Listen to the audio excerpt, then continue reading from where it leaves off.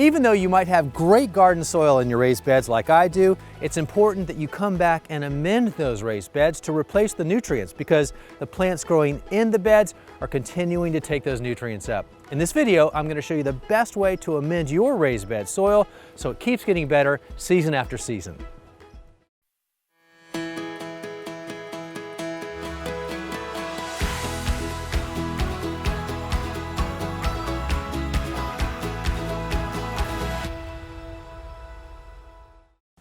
Chances are when you started your raised bed, you gave your plants the best growing environment by adding lots of compost and organic matter to get your plants off to a fast start. And while that's important to be sure, the best soil is when you come back and continue to make amendments and contributions to it with other organic matter and compost too.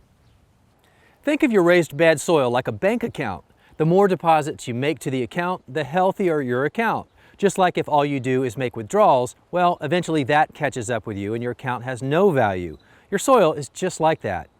The currency of your garden soil is organic matter, mainly compost, but rotted leaves, well-aged poultry manure, composted bark or mulch, and more are great too. Those organic ingredients have nitrogen and carbon and other important nutrients that replenish and fortify soil that's had its nutrients withdrawn by the plants that require them to be productive. So here's what I do. Twice each year, in early spring, a couple of weeks before I plant my summer garden, and again in early fall, just before I plant my cool season garden, I top dress my beds with about an inch of homemade and purchased compost, as well as other composted ingredients, such as shredded leaves, aged mulch, grass clippings, and more. You can even add a purchased source or organically derived nitrogen and other nutrients that are slow release, so they'll be there for the plants when the plants need them too, and without the risk of burning due to high nutrient concentrations since they're organic. I add new amendments to the top of my bed while they're empty. It makes it easier to distribute and work lightly into the surface if you even have to take that step. Healthy soil is comprised of lots of networks and systems below ground that are best left undisturbed. That's why when I'm amending my beds, I don't work it deeply into the soil. It's not necessary. The microorganisms and other soil-dwelling creatures, especially earthworms, will draw all the amendments down into the soil in due time without disrupting the existing soil network and structure.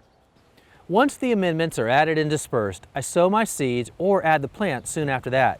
But one thing I always do after planting or germination is to add a mulch layer of about 2 inches over the soil and around the plants. Mulch offers a lot of benefits, but as it relates to the soil amendments, the mulch cover adds a layer of protection from exposure. And the added bonus is that the natural mulch itself becomes its own soil amendment as it breaks down, so you're constantly feeding your soil that way.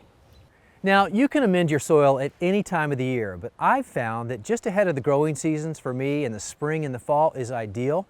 But the more you continue to improve your soil, the cumulative benefit of that, well, it pays big dividends. And we have a lot more information on this subject on our YouTube channel, Joe Gardener TV, and on our website at joegardener.com. So come on over and have a look around. Thanks for watching, and we'll see you back here really soon.